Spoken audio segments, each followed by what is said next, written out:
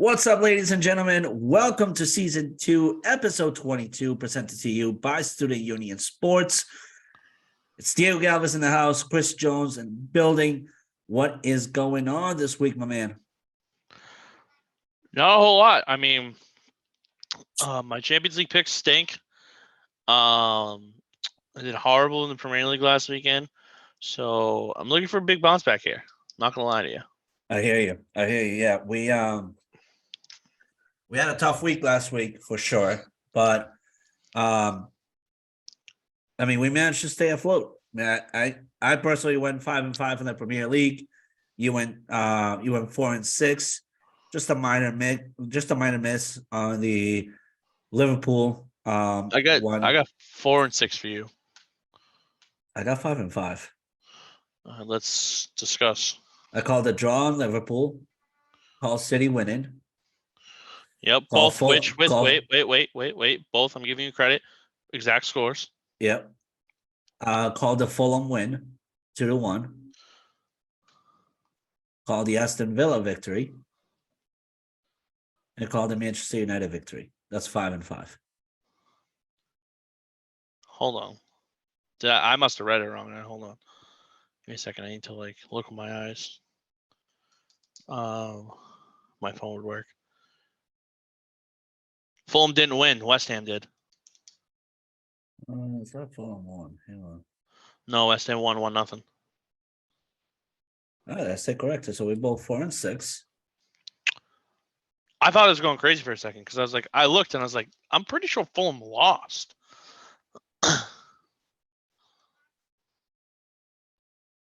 Which they did. Yeah. Okay. All right. I just wanted to make sure we give the listeners and the viewers the most updated and active. It is what it is. I mean, you're still seven ahead. Still 7 ahead. Now, went 2-2 this week on the Champions League. You went 1-3. Yeah. So we both went 4-6, right? This week. Yes. I had United 2-0, Villa 2-1. I had Wolves winning over Chelsea and City winning. Okay. Correct. Yeah. All right. Perfect. So with that said, we got a lot to talk about because number one, the Premier League, we have some news to begin with. Then we got some action to talk about in the Champions League. Then we got to review what we predicted at the beginning of the season, how things will look like towards the end of the season in the Premier League and where we are currently. So without further ado, let's get to it right away. What do you want to start with? I think we just dive into champs. Let's do it. So so Champions League. As we just mentioned, Diego went 2-2, Jones 1-3. Benfica lost at home against Inter Milan. Manchester City pummeled over Bayern Munich. The pummeling was so embarrassing that it even led to a physical fight between Leroy Sané and Sadio Mane. Sadio Mane drove privately away home without the team, while Leroy Sané was put on the bus with the team. Reports has it that Leroy Sané was left with his mouth bleeding in the locker room. A lot of people had to intervene. God knows what's going on in that locker room, but feel bad for Thomas Tuchel in a way, not full-heartedly. And this tells you what is going on in the culture when it comes to Bayern Munich. Real Madrid also pummeled Chelsea pretty good, 2-0 in Spain. Although I will say, Chelsea did play a pretty good game though. The first half, almost even strength between the two teams. Chelsea. Did you say 2-1 or 2-0? I said 2-0. Okay. Yeah. No, Real Madrid did pretty good. Benzema and Marco Asensio scored for Real Madrid. Benzema is just on a whole other level at this point. That guy's just flying. And then we head over to Italy, where Milan won 1-0 against Napoli. The absence of not having Victor Osimhen for Napoli was deeply felt. We're hoping to see a different Napoli on the second leg. We'll see what that turns around to look like. But in the meantime, shall we get to the predictions right away? Let's dive right into it. Yeah, let's do it. So the first one, We got Chelsea and Real Madrid. Real Madrid up 2-0 in the aggregate, like you said today, with a 2-0 win over Chelsea. They're at Chelsea. People forget Chelsea played them tough last year up to the stretch, and it had to be Benzema that set him up for that game-winning goal. Yep. For me, just quick thoughts here. I think Chelsea defensively, they're one of the more penalized teams left in the Champions League, so that's going to hurt them in this situation. And Real Madrid has guys like Benzema and Vinicius Jr. that average over 4 shots a game in the Champions League, so I think that plays into effect as well. I think Real Madrid moves on here. I think this is going to be a 1-0 Real Madrid win. I think Real Madrid is going to have control from start to finish, and Chelsea is this isn't the same Chelsea team from last year. They're not going to put up a fight. So, by the way, with this predictions, seeing that it's the second leg, it doesn't matter what the score is as long as we predict who moves on correctly for the next round. Okay. So, you're doing 1-0 Real Madrid, and you're saying Real Madrid is moving on, right? Correct. All right. I'm going with a 1-1 draw here at Stamford Bridge. I see a Chelsea team that's trying to turn it around to get to a full, kind of like a full strength kind of situation here towards the end of the season. They did look pretty good. Enzo Fernandez played pretty well, same as Joao Felix. However, I agree with you defensively. They're just doing too many careless mistakes that need to be buttoned up. Lampard has the capabilities to do so. However, it is against a Real Madrid team that's just relentless at this point. Vinicius is playing very well. Asensio's it's been unbelievable. Same with Benzema. Same with a couple others on the team. I'm going with a 1-1 draw, and I'm saying that Real Madrid moves on. All right, next one we get Napoli at home against AC Milan. Like you said, Victor Osimhen's a big part of this Napoli team. If he's healthy and ready to go next week, I see Napoli moving on. That's a big if. So I don't want to be that guy that goes, if Osimhen plays, Napoli moves on. I'm just going to take them regardless. I'm going to Napoli 2-0. Napoli advances in the aggregate 2-1. And here we go. Well, just what they need enough to do. For your information, Spalletti has announced that Victor Osimhen will be back next week with the team via reports. So Victor can be expected at home at the Maradona Stadium. With that being said, it is a very tough stadium to play at. The atmosphere there is electric. They have loud fans, and rest assured that will play a certain role within this team. 2-0 as well. Napoli, I think, the Georgian forward, whose last name I'm not going to bother to pronounce, and Osimhen will have a huge part of this game, and that's where Napoli will capitalize and move on. All right, let's go next. The Wednesday slate of games, we have Bayern hosting Manchester City. They're down 3-0. Do you think Bayern Munich's making a comeback? I don't. I mean, to be frankly honest with you, this team lacks chemistry. I'd be honest with you. I think that Bayern Munich kind of kicked themselves in the nuts by removing Julian Nagelsmann towards the end of the season. I think it's a huge mistake, and we're starting to see it. Thomas Tuchel has been out of touch for quite a bit. That plays an effect as well here. The amount of careless mistakes that were done defensively, especially by Dayot Upamecano, was just disgusting. There needs to be a new formula defensively for Bayern Munich. Seeing that Manchester City has penetrated the many holes and mistakes that can happen for Bayern, I'm going 2-1 Bayern winning it at home, but I say Manchester City moves on.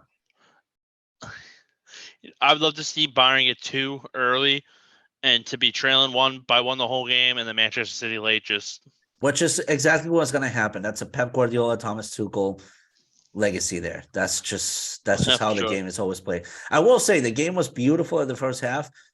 Between the two, it was a very even, game. I don't know what Pep Guardiola had to say in the locker room, but rest assured, the Manchester City walked out of the locker room like a piss missile and just absolutely annihilated Bayern Munich. They heard what he said. Yeah, and I feel bad for Jan Sommer as well, because Jan Sommer was unbelievable in net. He had some huge saves that normally all goalies can't seem to get. It was just the team let him down, man. Yeah, no, they really did. I think Bayern wins this game, but I think City moves on. I'm gonna go Bayern. I'm gonna go Bayern 2-0, and City just goes defensive the last 15 minutes of the game. Okay. All right, last one. Inter hosting Benfica. I'll let you start off here. Yeah, I think for Benfica, unfortunately, it is over. Having lost at home with the advantage of having the home crowd there, was really just a bad mistake. Disciplinary wise, they were just not there. Hence, they got a red card. That's going to play a huge part in this game. I'm going 2-1 Inter here. Inter moving on. I'm going to go. This is where my Diego brain kicks in. I think Inter Milan's going to move on. I think you and I have the same form moving on here from this. But I think Benfica is going to make it interesting. I think Benfica wins the game 2-0, sends it extra time, goes to penalties, and Inter wins the penalties. Okay. Diego brain with the Spanish side. So we got Madrid, Napoli, City, and Inter. So it would be Madrid and City, and then Napoli and Inter Milan. The fact that we're probably going to get Madrid and Manchester City in the semifinals of the Champions League is kind of disappointing, in my opinion. It is, and I mean, we could be set as well for an all-Italian final, which we've been saying all along in this season. So, interesting end of the Champions League tournament so far. Let's move on to the next subject with just a few updates regarding the Premier League. Dean Smith officially appointed as the new manager for Leicester City. Leicester City was considering 4 different candidates at all times, including Mauricio Pochettino and a couple others. However, they just felt that Dean Smith had more of a project mind of being able to work with a long-term project. Therefore, Dean Smith was picked. It came close to being selected Jesse Marsch. However, the deal fell completely off when Jesse Marsch just didn't feel that the project made any sense. Therefore, they backed off of working with Jesse as well as with Ralph Hasenhüttl. So Dean Smith has been appointed. As you all know, Frank Lampard has been also appointed as the caretaker for Chelsea, with Ashley Cole as his assistant manager.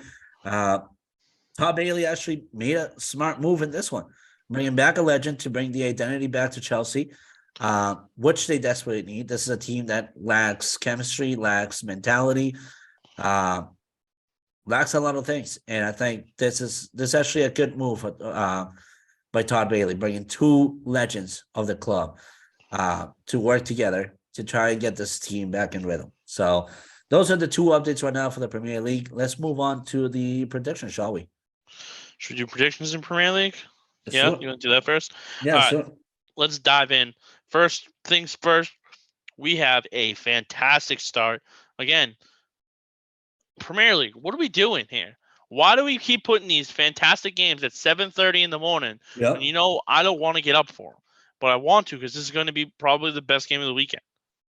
Aston Villa or Newcastle. I agree. Villa is absolutely on fire right now at home. Newcastle's fighting to stay atop of the top 4 of the table. I think this is going to be a great game. Unai Emery's been great for Aston Villa. They've played with a chip on their shoulder. They've played a completely different style of play, and they're 3rd in the league in points since Unai Emery has been appointed the manager. I think both sides get a point. I'm going to go with a 1-1 draw.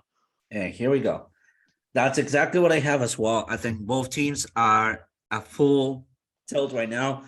Unfortunately for Newcastle, they have met their match this week in Aston Villa. That 1-1 draw will probably be a huge effect on Newcastle to potentially clinch Champions League of football, because right behind them is Tottenham and Manchester United. A 1-1 draw is more than fitting here. I agree. Unai Emery has just been sensational at Villa Park, and I think that's the best appointment they've done so far since having removed Dean Smith from the coaching. Yeah, no. Listen, I'm excited. I'm gonna get up at 7:30 to watch this game. Yep. All right. Next, we got Chelsea and Brighton at Chelsea. Both these teams right now, looking at Chelsea. Chelsea's currently sitting 11th in the table. Brighton's 7th. Chelsea won their No, they lost their last Premier League match. They're 1-2-2 in their last 5. Brighton is 2-2-1 in their last 5. Brighton's also coming off a bad loss to Tottenham. I don't think they should have lost that game. I think Tottenham was extremely lucky there. Yeah. The Harry Kane goal late in the 79th minute. I thought Brighton could have stole a point there. However, I think I'm going to ride with Chelsea here just because I saw what they did today against Real Madrid. They played well. I think Lampard and company will do enough. I don't think it's crazy, Diego. I'm going to go 1-0. All right, similar score. I agree with you. I think Chelsea right now desperately needs a win. Lampard has been very close of getting that, especially with his team. It seems like he has figured out the correct lineup for Chelsea. I think for Brighton, on the other hand, having that loss against Tottenham is more of a mentality issue. Every year, Brighton suffers some sort of slippery slope for some odd reason. Every year, it doesn't matter who the coach is. I agree. I think Chelsea takes this one. I'm going 2-1. All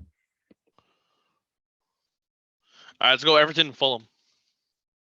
All right, so this is at Goodison Park, and for Sean Dichi, it is important to capitalize here, get a win, and find himself at least 3 points ahead of relegation zone. That's what he was brought for. That's what he's trying to accomplish here. I think this is the perfect opportunity to do so. Fulham is not very good against bottom of the table teams, but Everton is a pest when it comes to middle of the table teams. I'm going 2-1 Everton. I just got news that makes me like Everton even more. Listen, I was on the fringe of taking a 1-1 draw here, but oh geez, I didn't know it was that bad. So is that like, wow, okay. You see this? 8-game ban for Mitrovic for Fulham. Yeah. I didn't see that till now. So with that being said, Fulham's going to slowly work their way down the table because they need Mitrovic playing to be good. Everton 2-0. All right, Southampton Crystal Palace. I loved the Crystal Palace team that I saw on the pitch on Sunday morning. Yeah, they were hungry. They looked like they had their identity again. I know it was Leeds, but they're playing Southampton at same areas. Tough. I think Palace wins. I'm going 2-0. I'm going to ride this Crystal Palace team right now with the way that they looked last week. I agree. They looked very good. Roy Hodgson, for some reason, is shutting their mouths up. He's on a streak lately. I said it. I'm going 2-1 Crystal Palace. You and I said it. We were going to eat our words with Roy Hodgson. Here we are, eating our words. Yeah. All right, Tottenham and Bournemouth. Yeah, this is an important game for Tottenham to continue at least be within European competitions here. Bournemouth, on the other hand, it's just a struggle altogether. I'm going 3-0 Tottenham. I'm going closer. I'm going 2-1. And Bournemouth, we say a struggle, but they're currently sitting in 15th. I mean, we're gonna go over it, but like the gap from 11 to 12 is a lot more than from 12 to 16. Yep. In a sense, a lot of things can play out here, in the coming weeks and sort. But I'm gonna go with Tottenham with a 2-1 victory over Bournemouth. Wolves and Brentford. Yeah, this is a tough game to predict here. Not a lot of difference between these two teams, even though the table tells us a different story. Wolves sitting in 13th place, 8-7-15 at 31 points. Brentford sitting in 9th place at 10-13 and 743 points. Just schematic wise, I just don't see the difference between these two teams. I want 1-1 draw between the two. Listen, I agree with you. The score a little bit different here. I think it's a draw. I'm going to go 0-0. I think it's a defensive-minded game, and I just don't see either side conceding. Okay, 0-0 it is. Manchester City and Leicester. Keep this sweet. I think Leicester's going to play them tough, but I think City comes away with it. I'm going to go City 2-0. Yeah, I think this is a bad introductory game for Dean Smith. Unfortunately, it is against one of the toughest side right now in the Premier League at all cylinders right now, going 3-1 City. All right, let's get into the Sunday slate really quick. West Ham and Arsenal. West Ham is one of those teams that has managed to be able to find the identity of Arsenal and being able to be a tough competitor to Arsenal over the years. Seeing how David Moyes has found himself in a hot streak lately, I think they actually pull a draw against Arsenal here. 1-1 draw. I fucking hate you.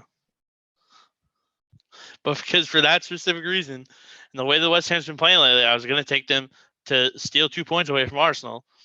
1-1, just like Diego said. Go figure.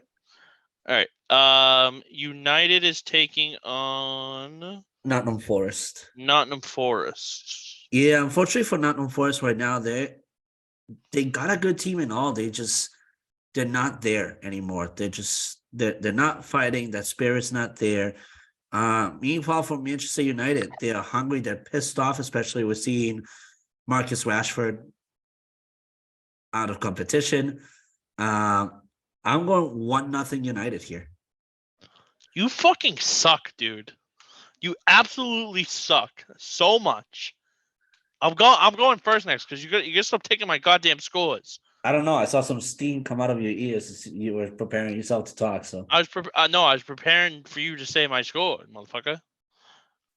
United 1-0. Listen, like you said, Nottingham Forest hasn't been great. Unfortunately, they've gotten a couple of bad little draws in their court.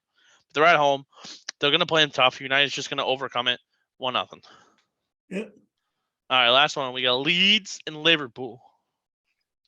Liverpool's been good so far, and I think that having been able to draw against the toughest team in the Premier League all season long gives them an extra pep in their step. I'm going 1-0 Liverpool over Leeds.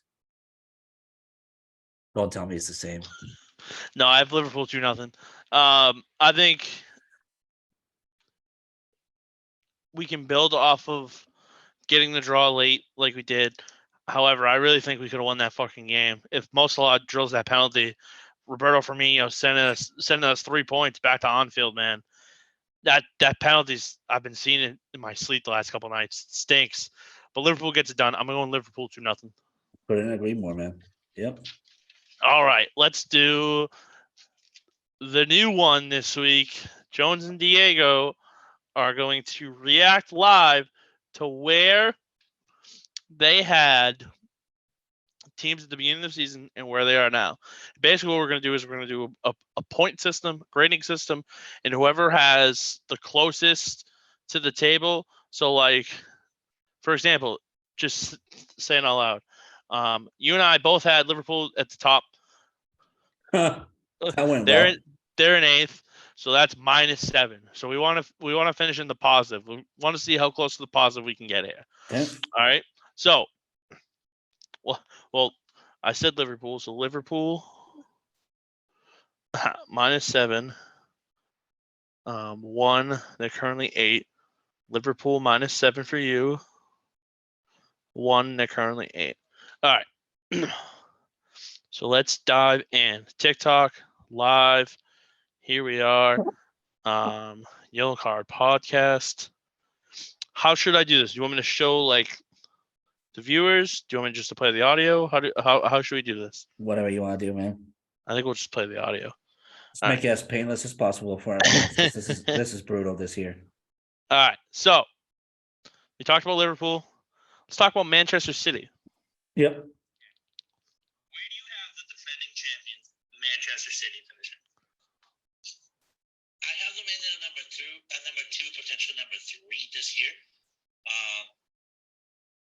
I think the Erling Haaland signing is going to be a chaotic problem in that locker room.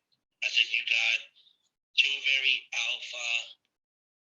actually 3 different alpha-like mentalities in Grealish. Now knowing that Raheem Sterling is no longer there, Grealish has a new role there. Kevin De Bruyne has always been the mechanic piece of this team. And where Erling Haaland wants all the balls to go through him when it comes to the attack, this is a failure waiting to happen at Manchester City. I think the only reason why it doesn't fully fail is because Pep Guardiola is used to big personalities. so he knows how to handle that. But I don't think they will be as successful as they were last year. By the way, I just want to Yeah. I just want to add an extra point to me there. I did say that I couldn't picture Raheem Sterling being a part of their attack anymore. Now Raheem Sterling was the first one to leave as soon as Erling Haaland was brought in. He's now at Chelsea. That's an additional point. That's got to be an additional point. We'll keep it on the tally board for things we've called right. All right. All right. I had them finishing at 3. So that's -1 for me, perfect for you. So right now I'm -8, you're -7. All right. Next one is Tottenham. So Tottenham. Oh boy, I think I had him at 4th. Tottenham finishing this year. I'm very high on Tottenham this year. The additions that they've made, the team is heading, and the identity that Conte's trying to put together for this team. Meanwhile, let's just say that you and I both thought that Antonio Conte would be here for the full year when we made these. Same when we talked about Chelsea with Thomas Tuchel.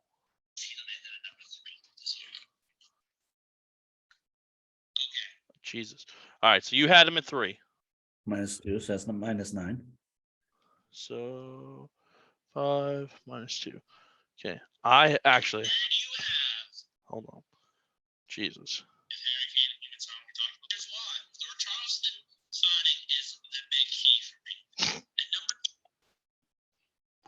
That's been a terrible signing. That's been terrible for me. Signing is the big key for me.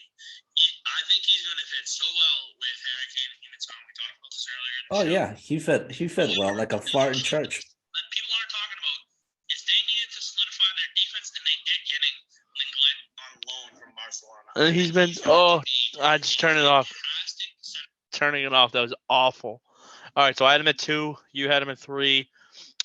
So you're at -9. I'm at -11. Oof. All right, let's dive in. Next one is Arsenal.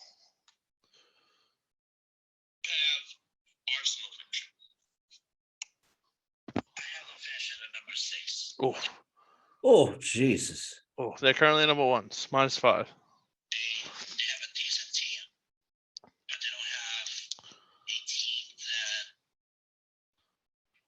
screams danger in front.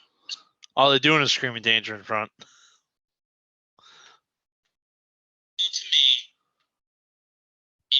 I just searched ahead of them. I think Arsenal, to me, I have Arsenal at 5. is a team that Mikel Arteta can only do so much for this squad. He needs to take that step forward as a manager. He did. Once he takes that step forward as a manager, I can see Arsenal as a Champions League team year in and year out. Once he takes that step forward, that's the big thing. Can we both agree he's taking a step forward this year? Yep. So boom. All right, so that's -4 for me, -5 for you. So you're now at -14.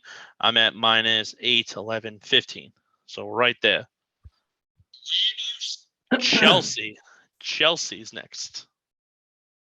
see Chelsea finish in 2022-2023? I hate to say it, but I see Chelsea going to the Europa League this year. I see them ending at number 5. I like the Raheem Sterling acquisition a lot. It gives them creativity up front. If it's official. If it becomes official. However, you brought out a good point that kind of furthers my theory even more. Kai Havertz, Timo Werner, Mason Mount really have not done much for this team. You're also going to be losing Hakim Ziyech, who is heavily being sought after by AC Milan. Hakim Ziyech never left. Timo Werner left. Yep. Kai Havertz still doing nothing, and Mason Mount still doing nothing. So good call by you there. I had them. I had them at 6. The Lukaku experience didn't work out the way they wanted. Nope, didn't. I just don't see Chelsea taking a big step forward while these other teams are taking step forwards. Listen, United, obviously, player-wise, how are they taking a step forward? Let me tell you. All right, so I had them at 6. I said they were going to take a big step forward. They didn't. They took 7,000 steps back, though. So that's That's a big one there. So now I'm sitting at 8, 11, 15, negative 20, minus 20, and you're sitting at 9, also negative 20. We're tied. Wow, I was at 14. I predicted them at 5 and then they're 10. They're 11th. They're 11th behind Fulham. Okay. By one in the goal differential. All right. So let me just save us this. All right. Yeah, so we next, gotta go faster on this because this is torture, bro. I know. I'm sorry. This is torture. This is a bad idea. The next one is Manchester United. We both had them at 4.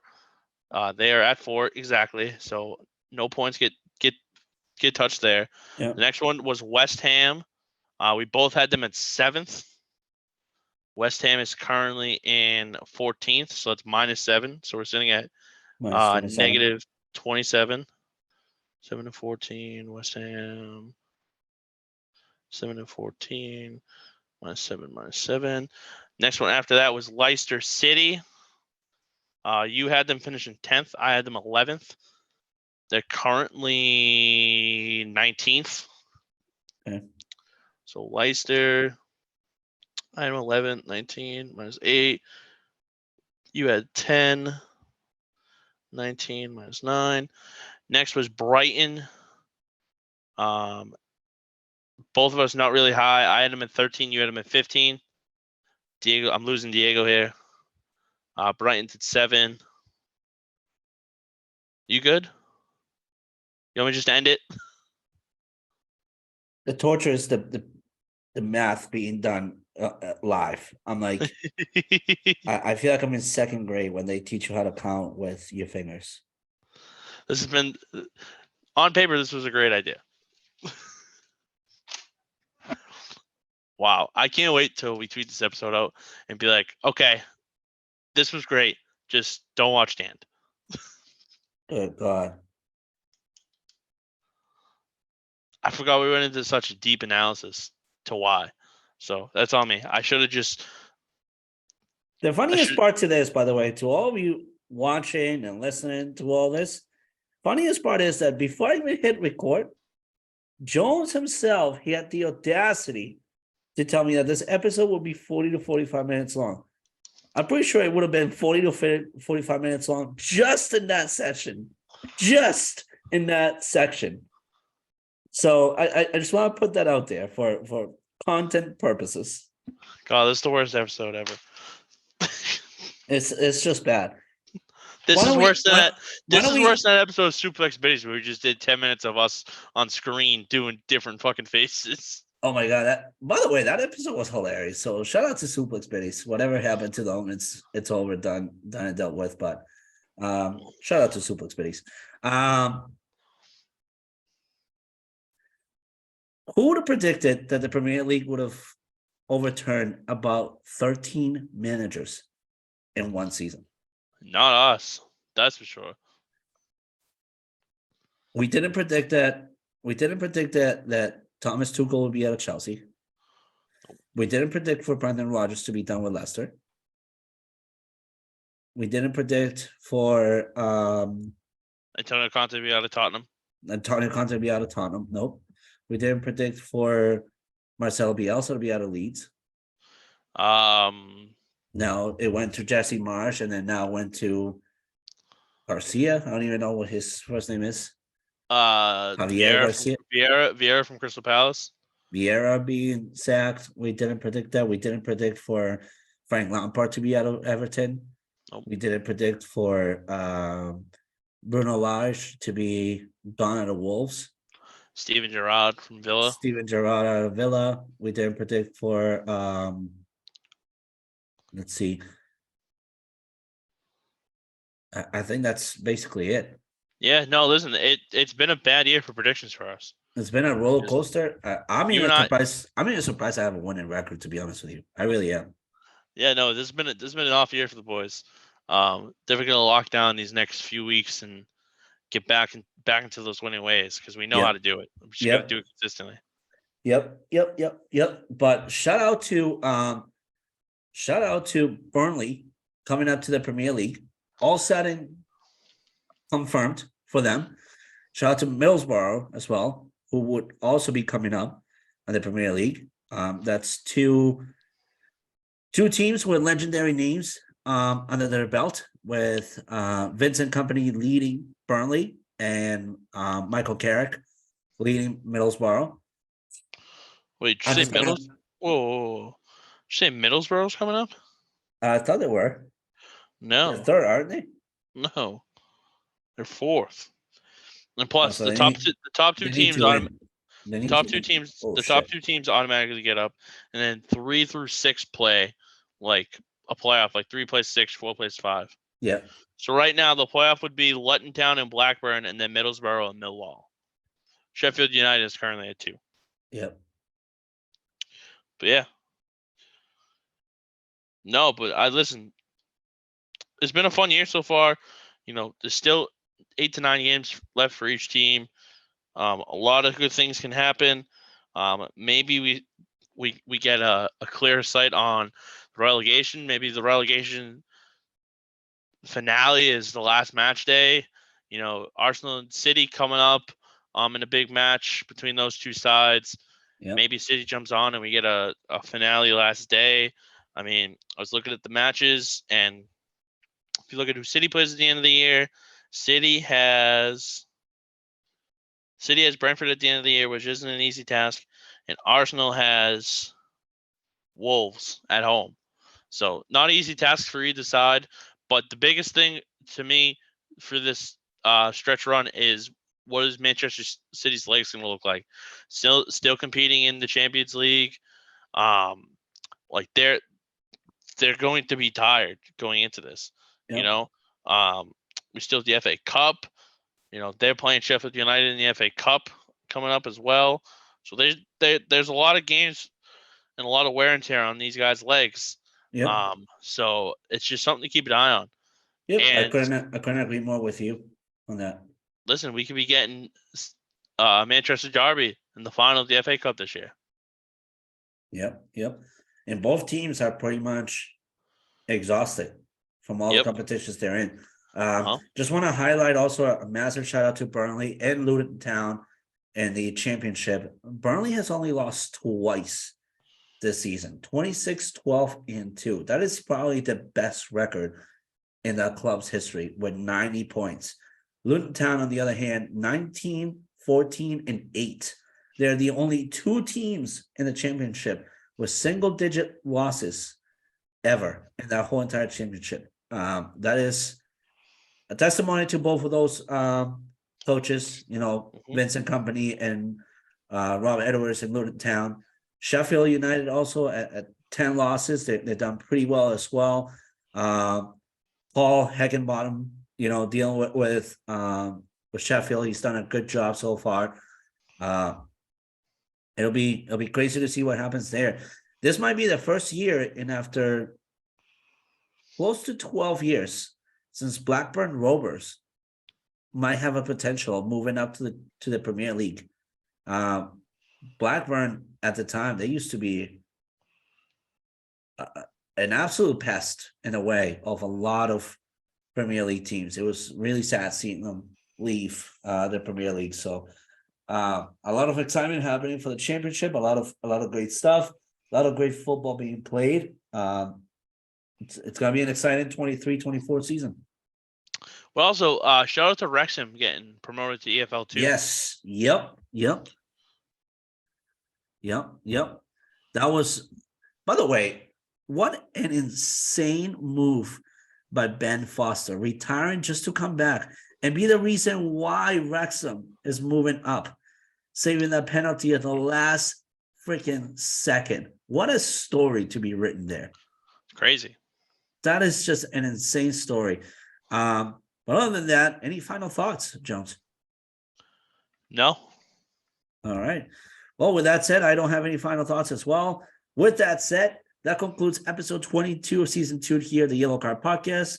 Once again, a massive shout out to Student Union Sports. Make sure you check out their website, studentunionsports.com. Check out all of the content that they wrote and that they have coming up for you. No subscription needed. Just nothing but organic support for college writers making it into the journalism field of our business. With that said, signing off, Diego Galvez, Chris Jones. See you guys all next week. Peace.